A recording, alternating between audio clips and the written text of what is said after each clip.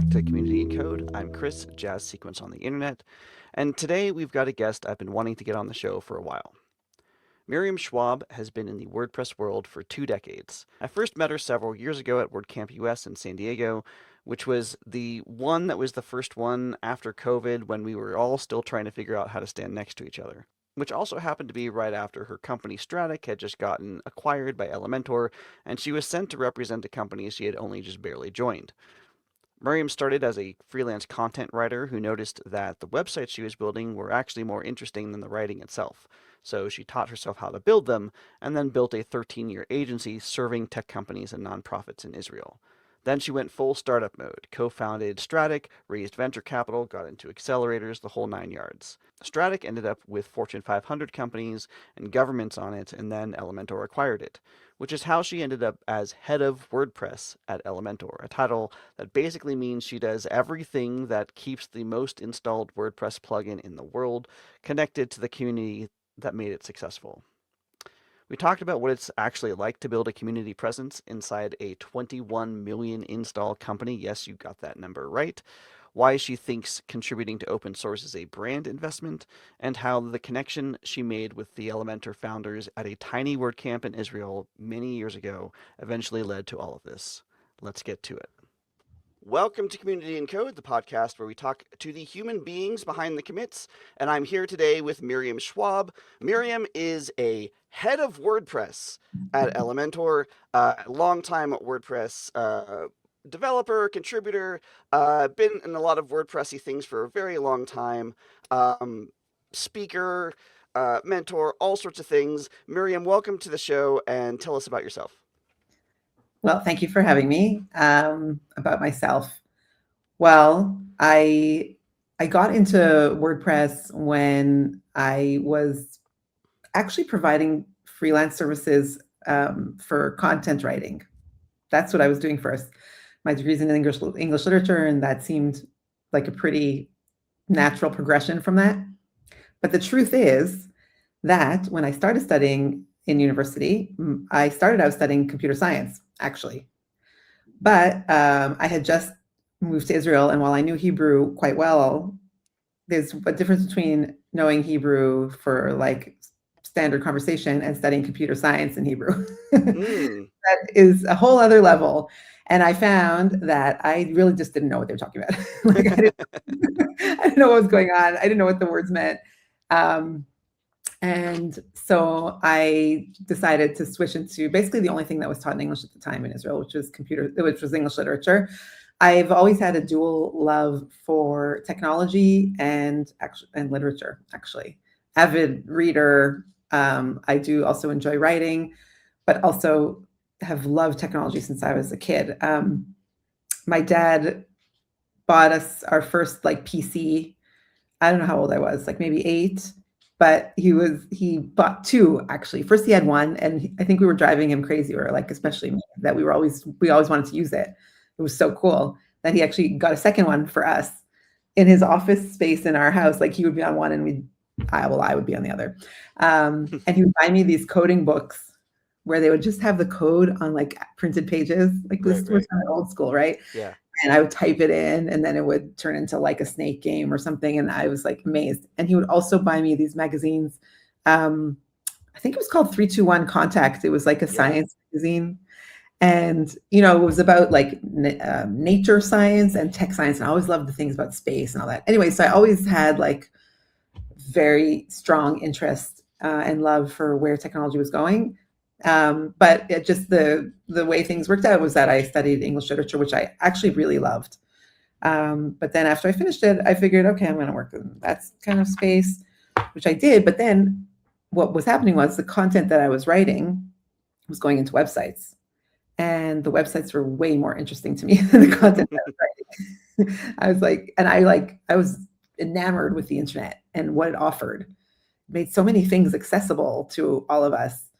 Now, with AI, it's like a whole other level. But then already just the idea that I could search for information and get it. And that websites gave people a way to be in front of many other people. So I started to teach myself to build websites. That was the other wonderful, amazing thing about the internet, that it was very embedded in an open source philosophy and approach. And that's what made it what it is.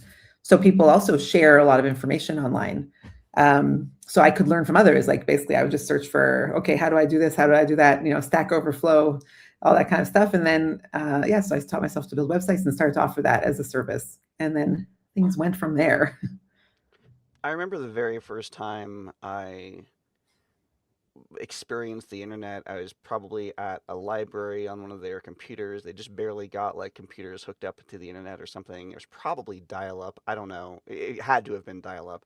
And like that was like when Yahoo was like what you used, and like I mean there was a couple other like directories, but like Yahoo was the thing, and like there was just like lists of links, and you didn't know what any of the links were, and you would click on a link at random and it would take you to some weird site. You're like, okay, this is interesting, and then at the bottom of that weird site there'd be like uh, find the next site in this web ring. And then Right. you would click on that and you'd get to some other random site that was tangentially related to the last site you had on. And then you would just get into these like you deep rabbit holes of like weird interlinked pieces, like parts, because the only way that you would know how, like the only way that you would find another site was from some other site that might have linked to it through like a web ring or a guest book or like something, like because there wasn't ranking in search, and like Google's search engine ranking wasn't a thing. Like it would, like there was no Google. Like it was just like a bunch of just random text pages that had a hyperlink that took you someplace like you had no idea where you were going. Right. Totally. It was a weird and wonderful thing. It was like we all could get access to other people's weird, random, cool, fascinating, strange like ideas and representations of themselves. And it was so interesting. Like that was the other thing that I really loved about the internet specifically, like beyond computers and technology, was that you could just talk to someone regardless of where they were Hmm. and hear their thoughts and communicate with them. Whereas in the past, it was a phone call was doable, but okay, that wasn't going to happen with like strangers. And, you know, maybe email at some point, but like that was a whole other level of connection with people, removing the constraint of geographic proximity, which was always a type of constraint. And that also was so cool to me. Yeah, yeah, for sure. Like every one of these web pages on the internet, on the very early internet, like represented a single human being somewhere else in the world that was completely different and separate from you, that you would never have been exposed to previously. And I've told this story before, but I paid for access to a BBS before I paid for access to the internet. So like I was like even while I was going to the library and like browsing online, the thing that I found most interesting was hanging out with people in chat rooms, Yeah. um, and like that was also like a weird, wild, wonderful space of like the dial up, and then like hyper term, and like locking into this like text based thing, and like navigating through like an interconnected web of these, like there's like a network that I subscribe to. Like there is a network of these BBS servers, and so you would pick which server in which city you would want to hang out in. um yeah. uh so you got started writing on websites, and then you started getting interested in websites. When we met, I think the first time we met, it was WordCamp San Diego. Well, no, WordCamp US in San Diego. Yeah. And at the time, it was the tail end, I think, of Strattic, because I think like you were just like it had not yet been announced that Elementor had acquired Strattic, which was your agency. So where does the intervening years between like making your first website to running your own agency that gets acquired by Elementor? Like what happens in the in between time? So actually, I went agency, tech company, startup. That was Strattic. Mm. Strattic was a platform for publishing WordPress That's right. websites in a Yeah. static form, right? And then acquisition by Elementor. So basically, it went like this. discovered that I love websites, start building websites, start to add that as an offering in addition to content, start to push that more as an offering because it was much more fun for me. And then that like positioned me to be one of the first people to offer WordPress as a professional solution, not just as a blogging platform for amateurs in Israel, actually. So I was well positioned when people started to turn around version 3 of WordPress and were like, oh, actually, this is a great option for our company or organization websites. Who can do that for us? Oh, Miriam, because I was already doing it, and people like kind of started, it's like word of mouth or whatever. So started to do that and building custom WordPress websites for companies, a lot of tech companies and large nonprofits that needed specific attention for their activity. It was just me at first, and then grew it out to be an agency. So did that for 13 years. All along the way, I did have ideas for products. Like, especially as years went on, I had more and more of like a push to move into the product space, but I gave it a few goes. But at the time, so like I was having kids, and I was, they were little, and the agency, and I had to force myself to realize that like you really have to learn to say no, even to yourself. Like when I bit off more than I could chew, too many things paid a price. So I left that and kept building sites and really enjoyed it. Like that was like 13 years of offering services. It was always interesting because the companies were interesting, or the organizations. Like that made the work also meaningful, and also each one had their own, unique take or need. And so we had to learn to do things that we hadn't done before. So there was a constant learning curve. But at a certain point, it did start to feel like, okay, I've done this for like quite a while. Also, my kids were getting bigger, and I wanted like a next challenge. And I had really wanted to move into the product space. And then that timing was around the start of the Jamstack trend.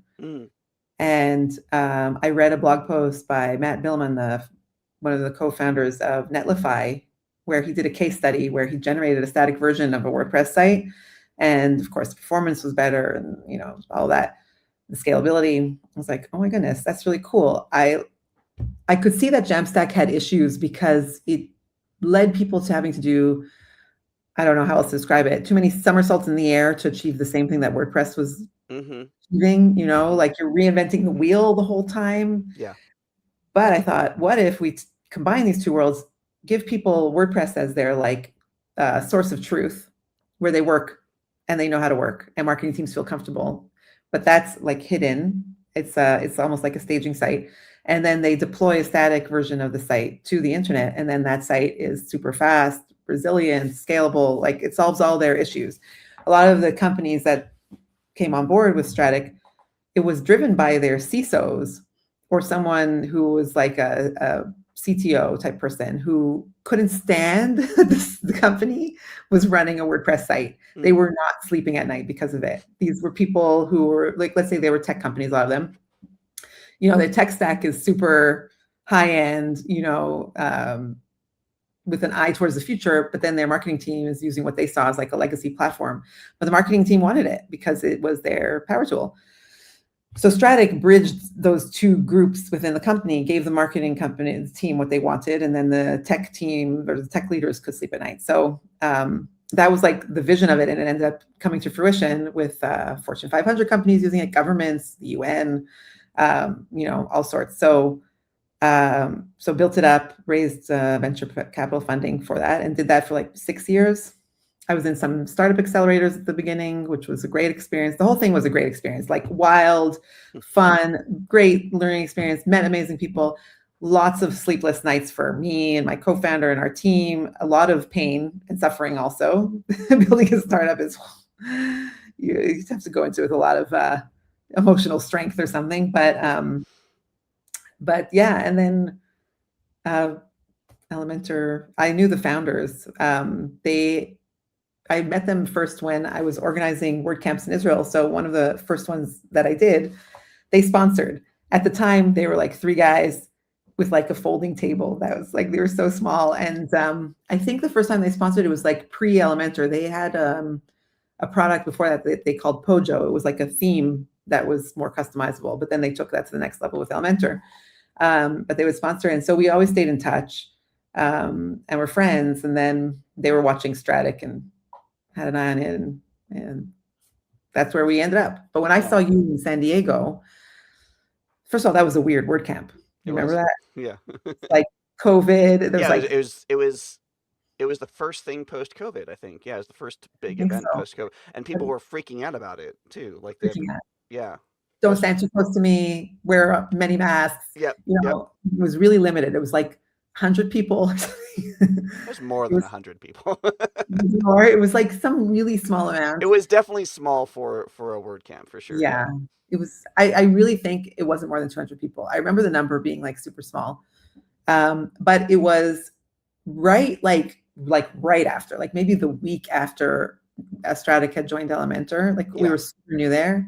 I was trying to figure out like I felt a little bit like, what am I doing here? What am yeah, I yeah, supposed to do now? And it was the first time I went to an event with Elementor.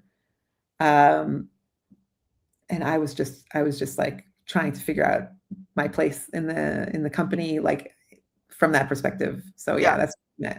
Yeah, no, I remember that. I remember you like talking about how like your company was just acquired and you really didn't know what your title was or what you would be doing anymore, but like here you are. Yeah, they're like, obviously you should go to WordCamp because like, they know me, they knew me, and like, and my involvement in the WordPress community. So if anyone's going to go to WordCamp with Elementor, it should be me. But like, I didn't yet feel like part of the team, Right. and yeah, it was like a bit awkward for me. So yeah, that's kind of a journey, more or less, from agency to Strattic to Yeah. Elementor.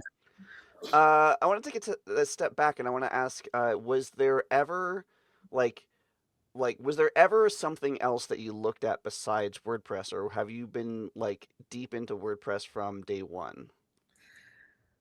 Sometimes when I've been interviewed in the past, they're like, "What are your other interests and hobbies?" That kind of thing.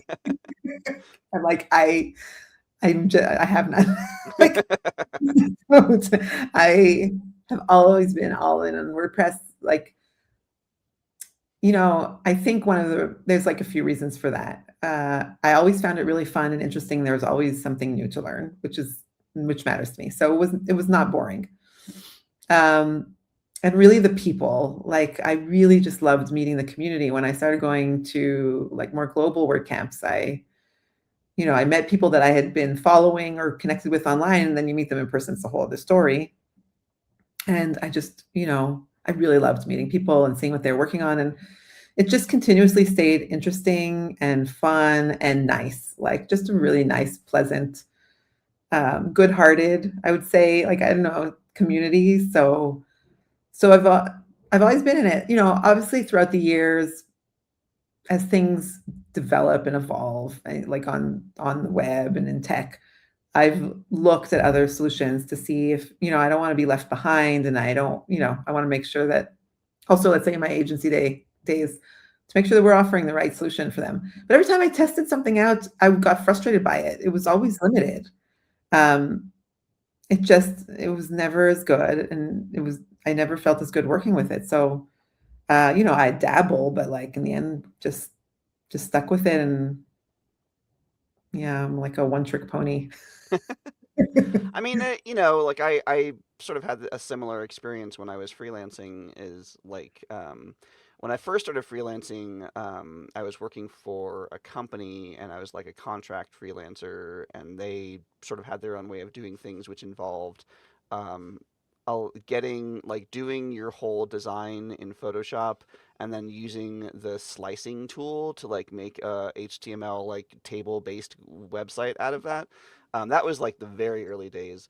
Um, so that was all like just straight up HTML, but we also used Zencart whenever there was an e-commerce platform. So I got pretty good at styling that.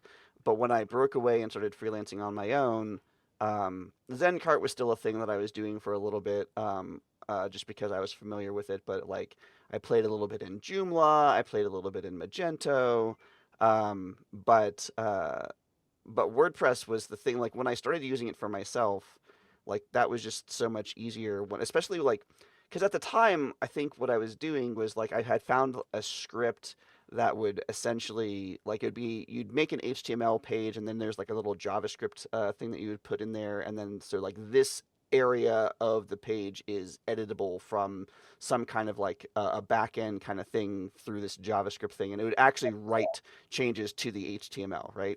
Wow. And that was like the thing that I would do if somebody needed to update their site on their own. Was write that in, and I was like, when I found WordPress, it's like, okay, so that's easier, and there's so much more stuff here. Like, Right. why am I ever doing anything else like that? And I think there was a period of time where I'm like, okay, let's make sure I'm doing the right thing. And I tried all the other CMSs and Yeah. installed them and gave them a go. And I think Expression Engine was a thing that was big at the time. And like a You know couple what other I things. even tried for some reason? Cold Fusion. I don't know if you Cold remember that. Fusion, yeah, yeah, yeah. I don't think I ever tried Cold Fusion. That seemed a little I bit too did. I daunting. remember buying a giant book, Yeah, and like, I was like, "That seems cool." There was something cool about it, but everything was just like more complicated. yeah. Yeah. Yeah, and Also, when I think about like, I work at Pantheon, and obviously we do Drupal and WordPress, and even now, like, I talk to Drupal developers, and I've gone to a couple Drupal events, and it's like, okay, like I get what Drupal is good at. It's also not the thing that I would use because there's a learning curve. There's a very steep learning curve, or there's a whole category of professionals that exist in the Drupal ecosystem that WordPress has never had because it's never needed it because it's just the people that like manage the the the website, like not the people that put the content into the website, but the people that manage like the configuration and like structure of the website. It's like that's the category of people like we talk about in WordPress, like there's sort of site builders and like maybe they're not writing the content or whatever, but they're sort of but you don't really need that. Like it's generally speaking uh accessible enough for anyone. So like I totally like relate to what you're saying, obviously, like we're both here. But yeah, I'm always interested in the decision making process that leads people to like kind of stick with a thing for as long as I mean you and I both have. I think it's like WordPress made the decisions for me. What I mean is, every time I tried to get something to happen in WordPress, it happened. Like I was able to Yeah. make it happen, more or less. Whereas in other platforms, I wasn't able to. So I kept choosing the one that enabled me to do what I wanted to do. I am what I call a fake developer. And what I mean is, I like barely, I sat at some point writing code and I hated it. I hated it. I don't want to do that. I want to get things together. I love tech and I understand it. So that makes me really annoying because like I back on things from I've managed development teams and so I've learned about that. But I'll never be the one sitting and writing code. So I want to work with a platform that allows me, this like weird fake developer type person, to achieve what I want to achieve. And it was always WordPress. Yeah, the thing that kept me around was, uh, especially at the beginning, was anytime I had a question about how to do X, there was always an answer. Exactly. Whether it was in the codex or a blog post or something, like I there was always an answer somewhere. Whereas whenever I used something else, maybe there is an answer, or maybe there wasn't, or maybe there was a forum, but maybe that forum hasn't been posted to in 3 months. Right. It was never consistent, but WordPress was always consistent for sure. Totally. And now you're the head of WordPress. What does that mean? It's So, a nice segue, right? speaking of which, it is a nice segue. So, what does it mean? Well, I I was at like Elementor for like 6 months, and then the founders said, "Would you like to take on this position? We don't know what to call it, and we don't exactly have a job description. We know we need someone like you doing something like this." Sure. And what do you think? So I was accepted. How is the position pitched? Like what were the things that they knew that they needed? So I could see after joining, actually, I could even see before joining from the outside.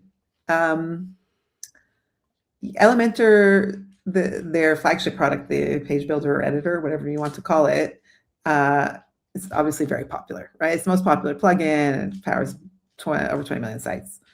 From the beginning, it caught on and grew quite quickly. But as the company grew and hired talent, and the people at the company are very talented, they didn't come from within WordPress. So you had the founders who were WordPress-y people, but they're founders, so they can only be so involved in community related, ecosystem stuff. And the rest of the team, they came from other tech companies, and not necessarily even from open source. And when you're working in open source, there's definitely like a culture to that, and there were a few things that were lacking. It's not just community. It's like, how do we communicate with all the levels of the ecosystem? And how are our relationships with all of the companies, essentially, that are contributing to WordPress by creating other products where we have shared users? How do we make sure always that the way that we're deploying our products to the repo is 1000% aligned with the guidelines? There were some missteps before I took on this position, and it wasn't because they were trying to not meet the guidelines. It was because there wasn't really someone who could fully be on top of it, or something that I do on an ongoing basis, check with the plugin team whenever we want to implement something in the plugin that we think should be reviewed, and to make sure that it really aligns with the guidelines. And only if they say, yes, that's okay, do we go ahead with it. We don't want to ever be doing something that's not okay. So we're super careful, and that's something. Also, setting up our Five for the Future program. That was an interesting process for me. I had to, research all of that and figure out where we can even do that. We had to figure out internally, are we going to align us or just contribute internal resources like people time? But we couldn't. Everyone was too tight. So then the decision was to sponsor contributors. Okay, but how do we do that? How do we sponsor contributors in a meaningful way? Which teams need contribution? So I spoke to a ton of people in the community, from the contribution related teams on WordPress.org to contributors themselves, to figure out how we could start. I think the first sponsor contributor was on the performance team, because at that time that was a big pain point. Oh, and Google was working on it, and they asked us if we want to work on it with them and make sure, help with that team. So that's where we started. It seemed like a good place to fill in the blanks, and then grew it from there. At this point, we have contributors to performance, plugin review, theme review, hosting, AI, and I think something else, but I can't remember.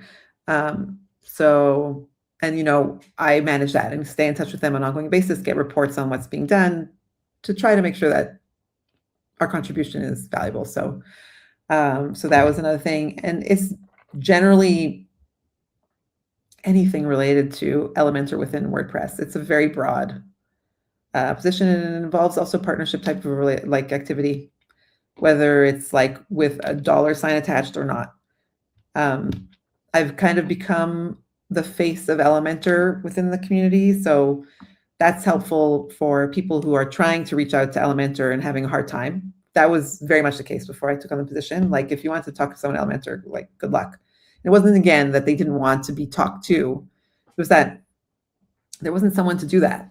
So people reach out to me directly. They find me wherever, or they know me. And it's different kinds of questions.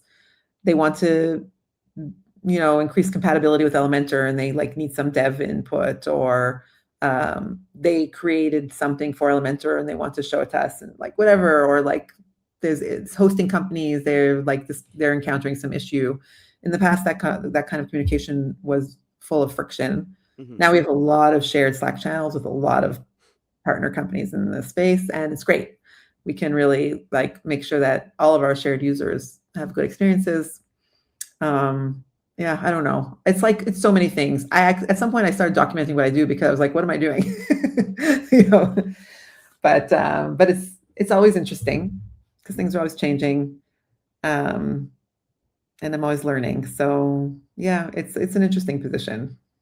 I know that for me, as a developer advocate, like I went from, being on an engineering team where like what I do in a day or in a week is very specific. It's like we have these sprint goals, we have these specific tickets, we are have a cadence, like this stuff needs to get done by this date, and that's just what you're working on.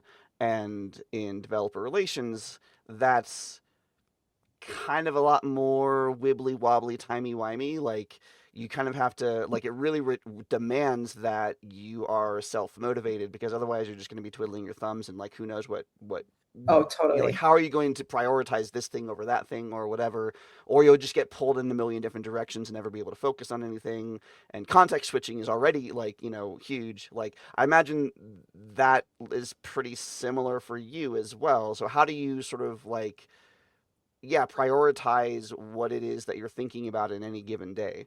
Oh my gosh, totally. So first of all, you have to be a self-starter. At least I have to be. Also, It's sort of like, I mean, in many ways, it's sort of entrepreneurial, isn't it? oh, totally, which is amazing. And I've said that internally actually that uh, I actually didn't know how I was going to last at Elementor, not because of them, but because I had never been an employee before.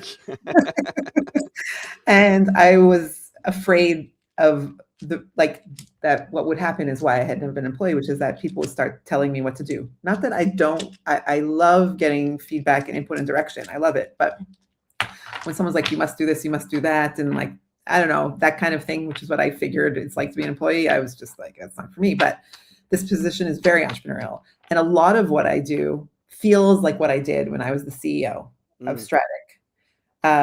Because a lot of work of leading a company, and I'm just to put that, just a disclaimer, I'm not saying that I'm leading Elementor at all. I am not.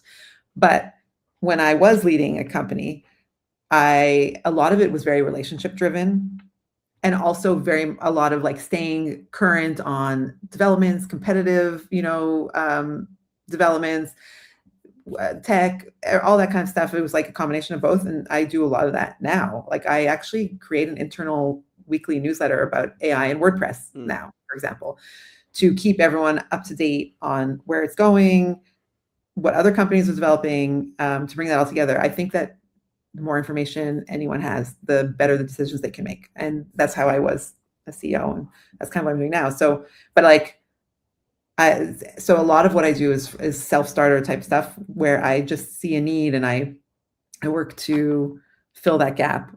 In the beginning, there was a lot of stuff that I was trying to fix, like, um, our Five for the Future program, even how we sponsored WordCamps. It wasn't my vibe. Let's just say that. Like I didn't like it.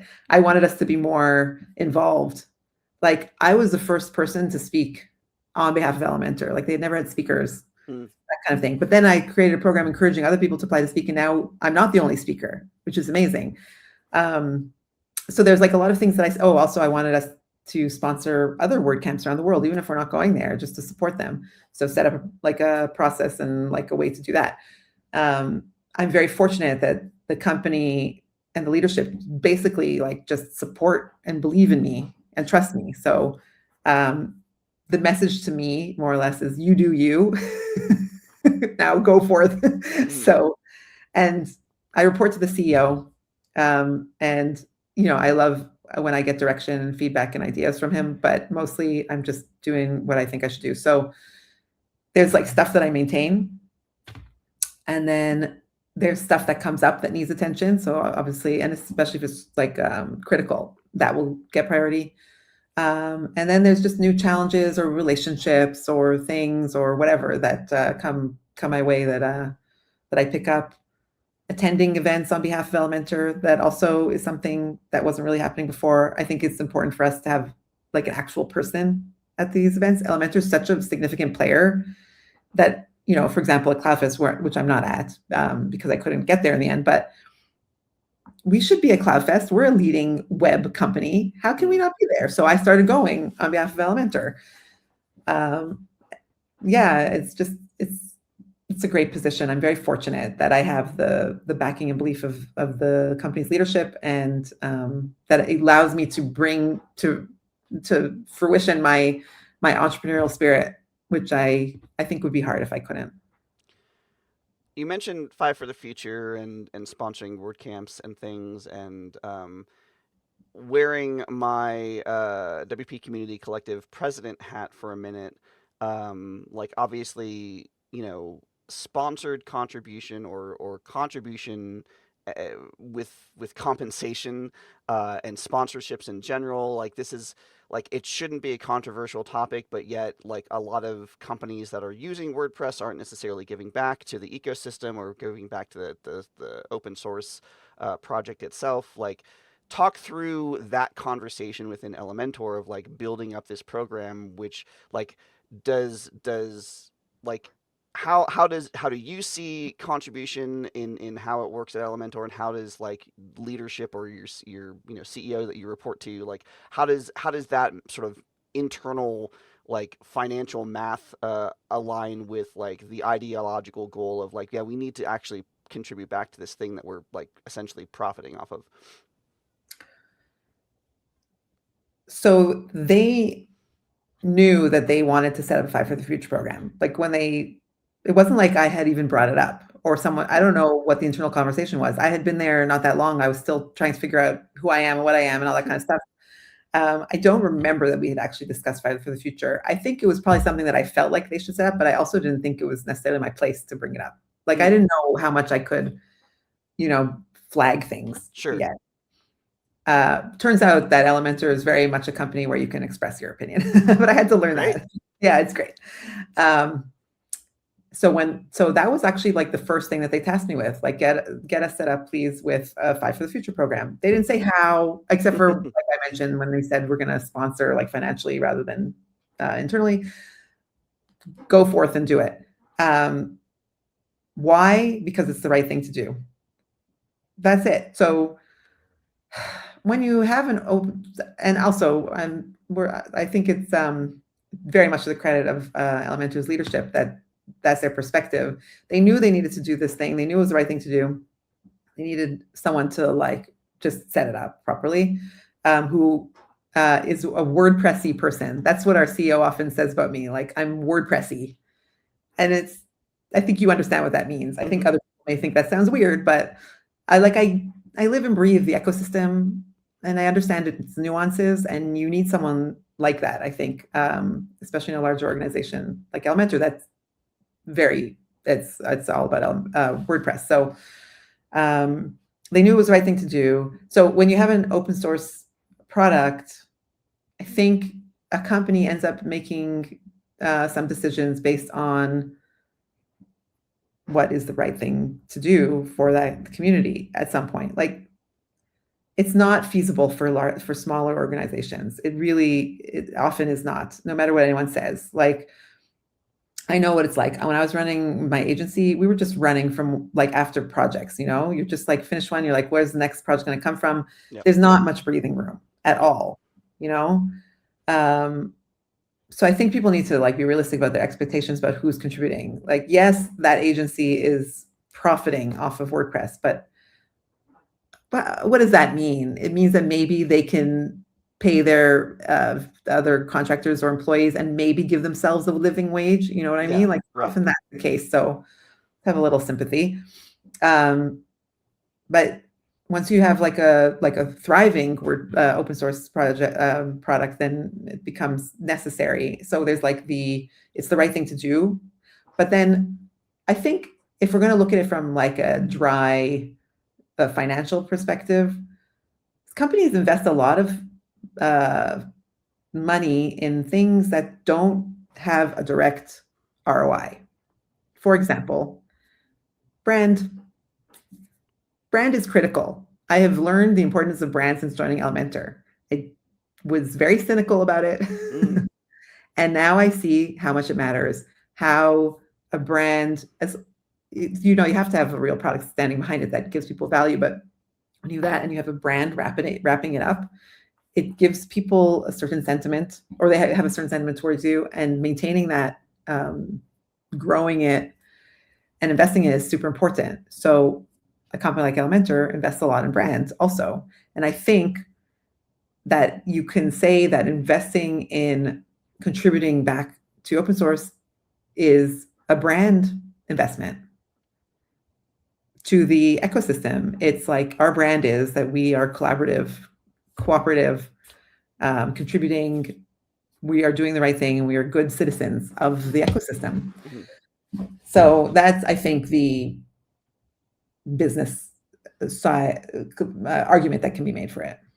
Yeah, I mean, obviously, I'm involved in a lot of these conversations as well. Developer relations is very much in the sort of brand and less direct ROI sort of side of things, because like I've said this before, like internally, like the stuff that DevRel produces, the content and the outputs that we produce, very often is maybe on a very long tail. Like I'm not going to write a blog post that's going to lead to 500 incoming leads, right?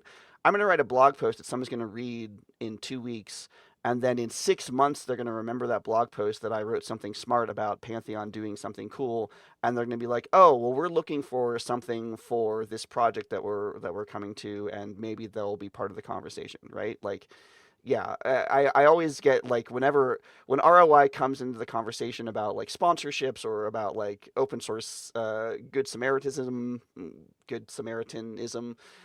or like whatever, like yeah, it's already like I just sort of smirk like whenever I hear ROI in those conversations, because like you're not gonna get ROI from any of that stuff, but what you're gonna get is something intangible. And John Hawkins was on a few episodes ago, and he said that. So John Hawkins used to lead a or co-lead a an agency, and they spent I think 2 years just going to every WordCamp that they possibly could, Wow. and it was wild. It was kind of insane. But what he said that he learned comes out of that is not ROI, it's return on connection. Because it's those connections that you get from those events, from meeting people and having the conversation in person, leads to other opportunities. Maybe not today, but like he was saying that like they got leads, and he's gotten leads that are like somebody he's never met before, that someone he did meet talked to their friend and said, oh, you should talk to this person because they're doing something that's really similar to what you're looking for. And like that doesn't exist if you're not like having the conversation in the first place. Oh, totally. There's no question that when I started going to WordCamps around the world and speaking, that it had a huge impact on the future of my career. At the time, I would speak, I don't know how many people would be in the hall, and I would get zero feedback. You know, like often it's just like, thanks, bye. Mm. But then 6 months later, someone would get in touch for a web project. Or, you know, and I would always say, just took one person in the audience that talk meant something to them, that it was worth it. But it's stuff that kind of activity, it's time consuming, it's expensive. It's, you know, it's very easy to say, never mind, we live in a digital age, I'm going to sit here behind my screen and that will be enough. But you can't compare to the power of a real connection. And it's the kind of thing that builds up over time. And you can't predict how, like, what is going to mean. And so you can't also be doing it because you think at some point you're going to get something out of it. I started going because I wanted to connect more with the WordPress community. And I could see how impactful it was for me to speak. I didn't know what it was going to do, but I knew that it was like, it mattered and it meant something for my work. So, but how to play out, I had no idea. But it turned out to play out like in many ways very well. But I just loved meeting the people. So like, you know, you have to be in it because you love the people. And if good stuff comes your way, great. And by the way, it goes the other way also. I've been very fortunate to help many people along the way who know me. Like it goes both ways. Like sometimes I think, wow, so good that person knows me, Yeah. because I can help them out with something. And yeah, it's been a journey, but it's worth it. I wanna talk a little bit. This will probably be the last bit, but I think that it's you mentioned a number, and you mentioned it too, like when we were doing the live stream for Angie. Like the number of Elementor installs is some ridiculously high number that I can't even fathom a product being used that much. Yeah. Um, like what was it always like that? Like, was it like that when you joined, first of all? And then what do you credit Elementor's, I mean, objective success to? So Elementor has been growing at a fast pace basically since it was launched. I can't remember the exact numbers, but like within, I don't know, 6 months or a year of them launching Elementor, they had reached like 1 million installs. It was like a very short amount of time, and the growth hockey stick was like Mm, crazy. And then since then, it's been growing. Um, when I joined, it wasn't yet the most popular plugin in the repo. It was like number three. And it was like, and we would pay attention. And then it's at one point we're like, oh my gosh, it bypassed Yoast. Yoast was like number hmm two. And hmm we went to number two. And then one morning we woke up and we're like, we're number one. It was crazy. So why is it growing?